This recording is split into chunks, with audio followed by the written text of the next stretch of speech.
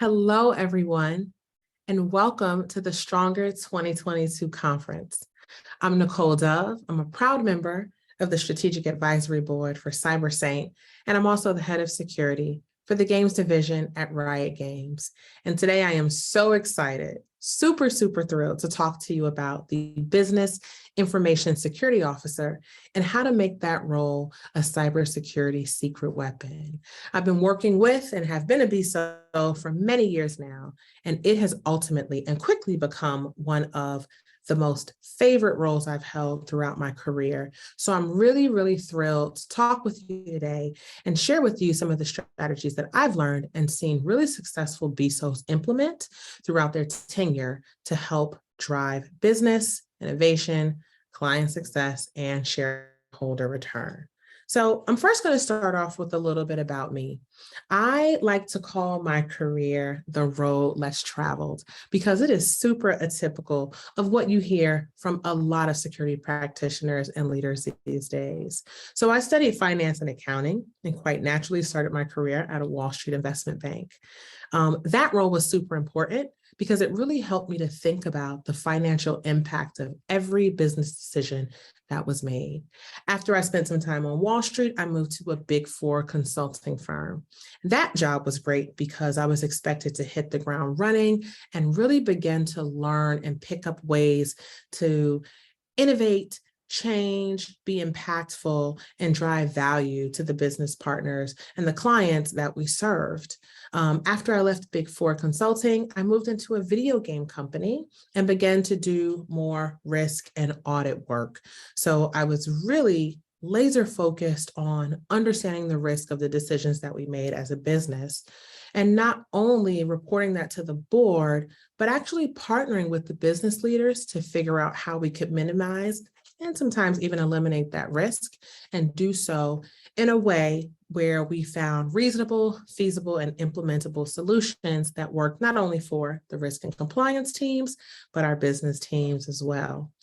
After that, I moved into a role where we built, staffed, and managed international centers of excellence. We actually built teams of over 8,000 across India, Philippines, Romania, and Brazil. And in that role, I really began to understand how culture plays a big part of how we do business, of how decisions get made, of how employees are motivated, which was significantly great as I began to transition into leadership. And another big piece of that was how technology connected and enabled us all. And I think the collective of those experiences really inspired me to move into cybersecurity because I began to understand these things have financial impact. There was an opportunity to hit the ground running and design innovative solutions, right? I began to continue to work with risk, but from a different seat at the table, building global teams and connecting all of those things through technology. So it was a really neat handshake and transition into the cybersecurity world because I was able to leverage all of that experience when I found the role of the BISO.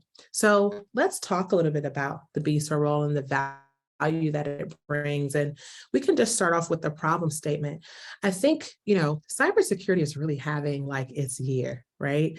We went from a traditionally back office function to now we are a strategic lever that the business is leveraging, right? Our customers and clients are asking about our cybersecurity standards and controls and procedures. The vendors that we work with and folks that we are vendors for are asking about the program, the security program's maturity. And of course, the boards are asking because there are new laws and regulations around cybersecurity. But what I haven't necessarily seen the same volume is of business being able to speak the language of security and security being able to speak the language of business. Now more than ever, we need these two sides of the coin to work together. And there's such a significant disconnect because we don't expect our business leaders to be cybersecurity experts, and we don't expect our cybersecurity experts to be business leaders. However, in a world where we are relying on technology more than ever across each and every department, team, and function in the business, it is now so significantly important that these two teams, that these two worlds begin to partner and merge and collaborate and work together. In addition to that, we have an ever evolving threat landscape, right? So much more information is becoming so much more valuable. And the bad actors who have one job, while we have many as security practitioners, they are becoming craftier and slicker by the day. So if we want to stay ahead of that curve, we've got to be on top of our game. I'm also seeing a significantly rapid growing demand of CISOs. I mean, CISOs are more popular now than ever before. And that's because the business understands that there is this need to have that cybersecurity expertise and leadership, right? That tone at the top, that we need to create that security culture and awareness and responsibility throughout our organization. So we're seeing all these CISOs, but they can only be in one place in one time. And I think the BISO role essentially helps resolve all of those challenges, right? They are the liaison between information security and business. They're tasked with staying on top of what's happening and monitoring that threat landscape and understanding how the bad actor strategies are evolving. And they support those CISOs by having a deeper level of depth into the understanding and underpinnings of how each different business unit works. Right? So let's get into some of the opportunity zones. I think the BISOs really can help the business, if they're effective, understand and really shape security from not just being the right thing to do, but being the smart thing to do, right? We have to pressure test as security practitioners the things that we're asking of the business. And if those things are not neatly aligned with the business goals, we really should be asking ourselves, why are we requesting these things of our business partners? And of course, there are some foundational elements of security that we just need to maintain. However, when we're pulling on the resources of the business and looking to mature our security program, it's very, very important and key that we be intentional. Another thing that the BISO has the opportunity to do is to enable business innovation, right? We don't want to stifle the business, right? Security should not stifle the business. Again, if we are staying ahead of the curve and being insightful and thoughtful and proactive about addressing where our bad actors will go, we can create such significant and fruitful space for innovation. So the BISO has to make sure that they're enabling the business to be creative, to be innovative, so that they can continue to make cutting edge products and services for their customers and stay ahead of the game. And instead of security being a last minute add-on, the BISO really has an opportunity for security to be a proactive strategy, right? So many times, and a lot of us security practitioners have been in the seat where security was kind of the last one to come to the party, the last one to be invited to the party, right? Everything is nearly done. They've got their dates for go live and they just say, hey, what do you need us to do? And can you get it done quickly? Well, what about if security had a seat at the table all the way from ideation and R&D and design, right? What if we could understand and anticipate where the business was going and what they were trying to accomplish and begin to work with the different domain leaders across the information security function and craft reasonable, feasible, implementable, relevant security strategies, right? That would put us in a great space to be proactive with security as opposed to reactive. So a couple things I want to talk about today. I want to get into why this role is needed. I want to look at who the BISOs are. We can do some profiling, which I think is super cool. Then we can think about what they do and what they need, where they can focus, how to get results, and most importantly, when you should hire them. So the BISO, I think the why is significantly important for any and all things. I truly believe in operating in purpose, on purpose. And again, the BISO is essentially complementary, not only to the business, but quite naturally to the CISO and the security function. The difference between the BISO and any of your security domain leaders is that they have a dedicated line of business focus, right? The BISO is going to be that one person who you can connect with on the information security leadership team who can tell you what's coming down the pike on the roadmap for the business, what that business's customers are saying, what is the customer sentiment, right? What are the challenges that they're having with the products and services that they offer to the client? And when you collectively look at those things and couple that with the intelligence that we have from a security team, that puts us in a really, really great place to add value to the business. But it all starts with that super deep immersive understanding of the idiosyncrasies of the businesses that the BISO support. Another thing that I really love about the BISO role is that they offer somewhat of a white glove service to the business, right? So the business is moseying on and doing all the great things that they do, but because the BISO is invited and they have a seat at the table, they're sitting and collecting so much information, right? And instead of the business having to go and summon security or request security to do XYZ things, the BISO is there saying, hey, as you're moving towards this, here are the things that we offer as a security function, and here's why this is important for that thing that you want to do. I like white glove service. Most people do, right? It's a lot better, it's a lot more refreshing, and it's a lot more complimentary and just easier when you have somebody there that can assess what you need and provide solutions to support that. Another thing about the BISO is they can be that first point of escalation for the business. What I've come to learn is that the business leaders don't necessarily have a deep understanding of how the security teams are structured or what services we offer. So by having that trusted partner that they can rely on or communicate with to help them navigate the different domains and services and layers that your cybersecurity team has to offer, it's so much more likely that the business is going to partner with you. Because otherwise, when they feel overwhelmed or they don't have time, they may circumvent the security process, and that can lead to some detrimental effects. We've all seen the numerous headlines. So let's talk about the BISO profile, like who is the man or the woman for the job?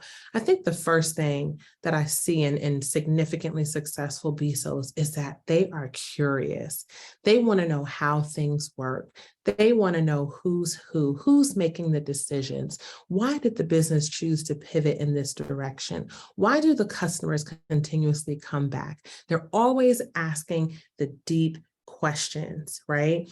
So that curiosity gene is chronic, and it always has to be there because, again, the landscape is changing, our customer needs are changing. So quite naturally, our products and security strategy and services also have to change.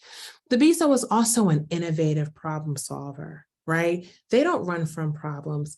BISOs run to problems. One of the things I always ask the businesses that I've supported is, what challenges are you having? How do you like working with security? How do you want to work with us? What do you want from us that we're not giving you, right? And they look for ways to resolve those challenges. So being an innovative problem solver, not just accepting the status quo, and then also being able to influence and negotiate and get your business on board is significantly useful for folks that thrive or seek to thrive as a BISO.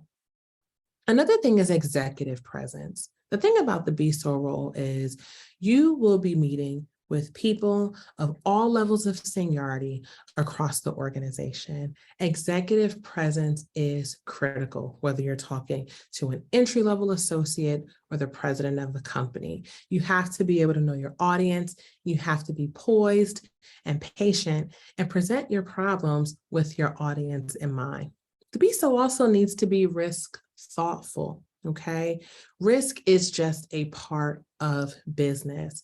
And the role of the BISO is to help the business minimize and mitigate that risk as much as possible, but also understand when there's a healthy layer of risk that exists. That comes with innovation, right?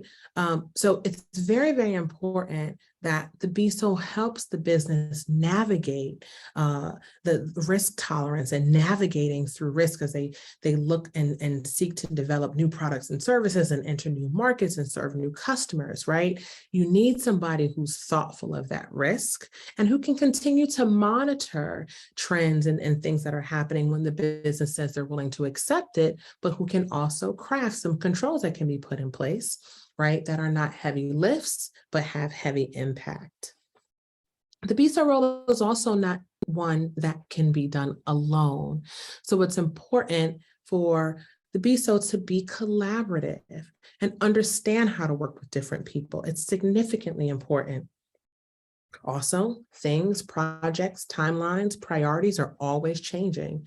So it's great that the BISO be dynamic and flexible, right? And last, from a technical perspective, it is significantly important for the BISO to have some domain expertise across InfoSec. I also find as I build BISO teams, it's really great to align BISOs with complementary skill sets that speak to the operations of the business. So what does the BISO do? How do they get this done? I like to call this the master plan. So the first thing is to build rapport, right? One of the foundational elements of a BISO's success is relationships, right? So understanding who's who, knowing who your champions are, and building rapport with those folks. Then they can leverage that rapport to gain deep expertise across the business, right? Understanding the tech stacks, understanding the products, understanding the customers, the risks, the incidents, the profitability, the roadmap, right? Getting that deep expertise. And it's a chronic process, right? Because things at the business are ever evolving. So staying connected and leveraging those relationships to gain that expertise is significantly important because it's going to help establish trust, right? Once you have connectivity and stickiness with the business and you can speak their language and you can speak to their products and services and offerings, that helps build trust. And when you're a trusted partner, there's so much more room for collaboration. The BISO also helps balance priorities, right? Because the InfoSec team definitely has the things that they want to accomplish, and the CISO has his mandates and initiatives that he's pushing, but the BISO helps the CISO balance that with the priorities of the business.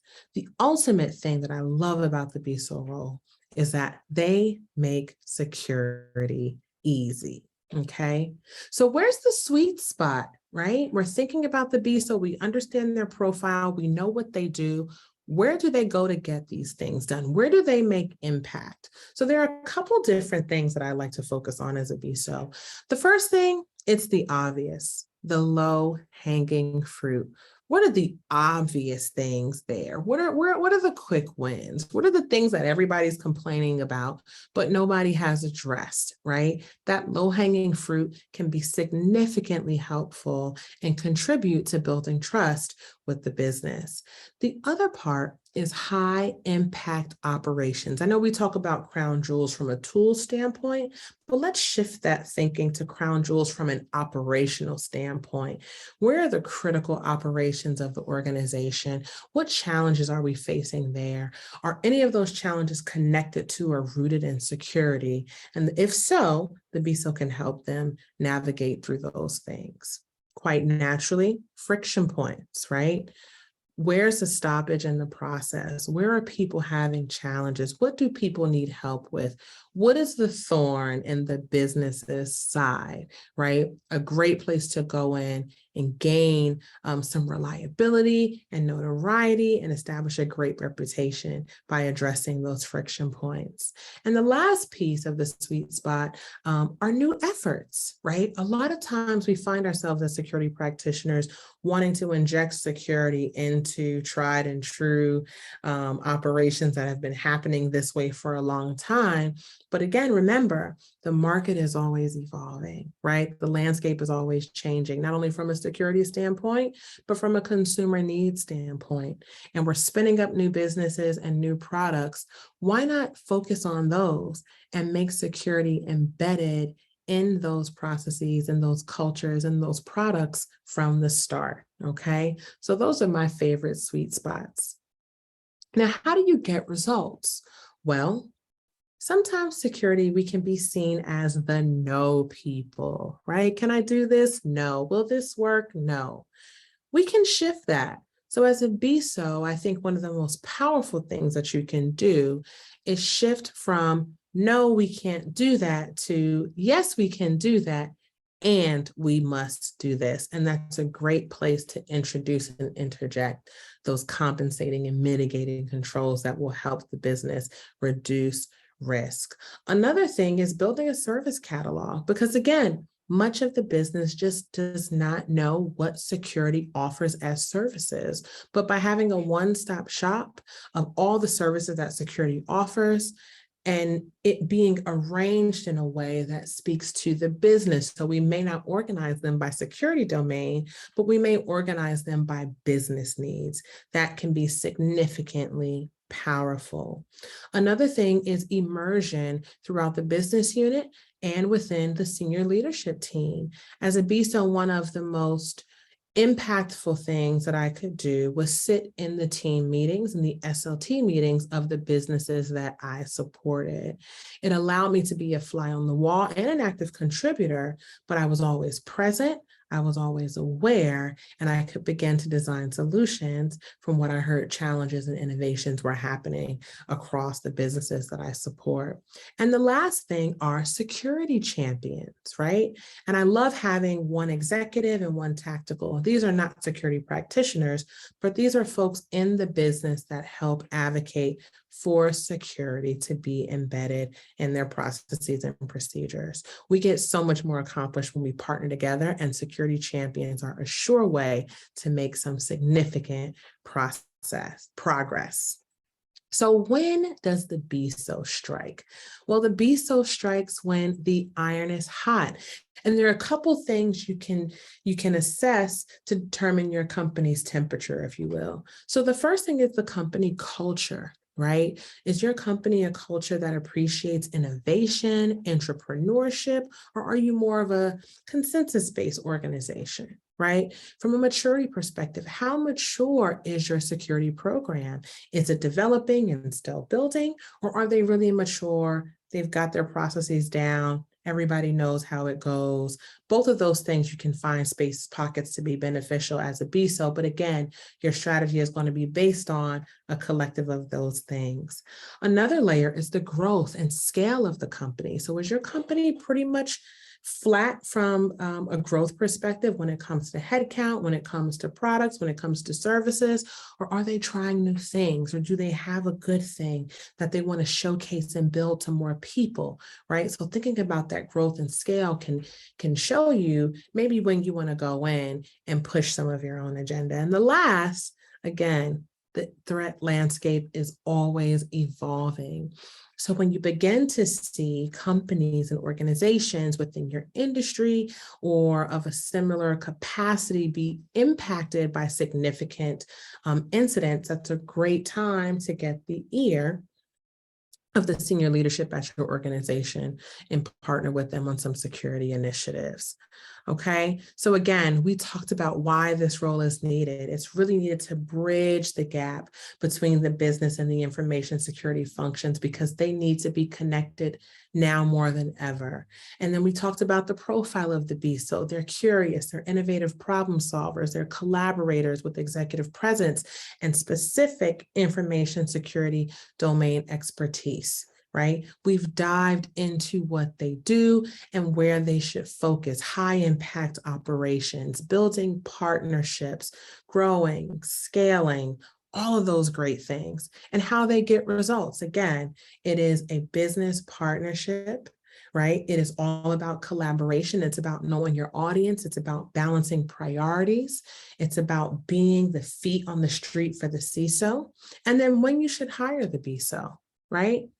I think every organization needs a BISO, right? But even if you don't have a formal business information security officer as a title, it's really great to have somebody on your team who's dedicated to aligning the priorities and the initiatives and the roadmaps of the business and information security. So let's talk about some takeaway items, some things that you can do today. Number one, you can assess your business needs, right? Understand what the priorities, top 5 of the CEO are, right? Where is your business going?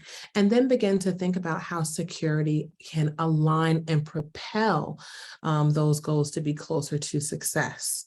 Okay, identify key opportunities. What of those things are the most important, right? Where can you get some bang for your buck and buy-in?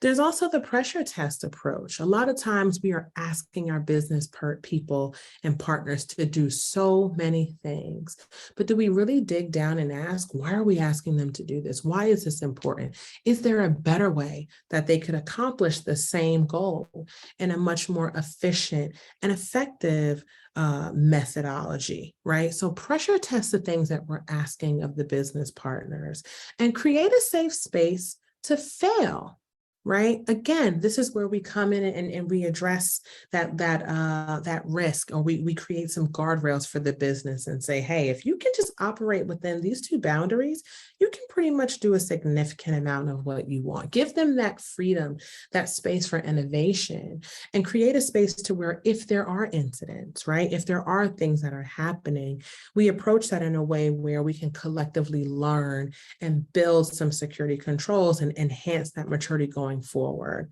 I think it's important to invest in strategic road mapping, right? Doing things because they're the right thing to do, not because they're the convenient thing to do. And lastly, changing the conversation, right?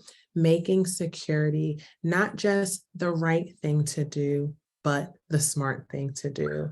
I thoroughly hope that you've enjoyed today's conversation about the BISO role. I certainly enjoyed having it with you, and I hope that you enjoy the rest of your time at the Stronger 2022 conference. Thank you.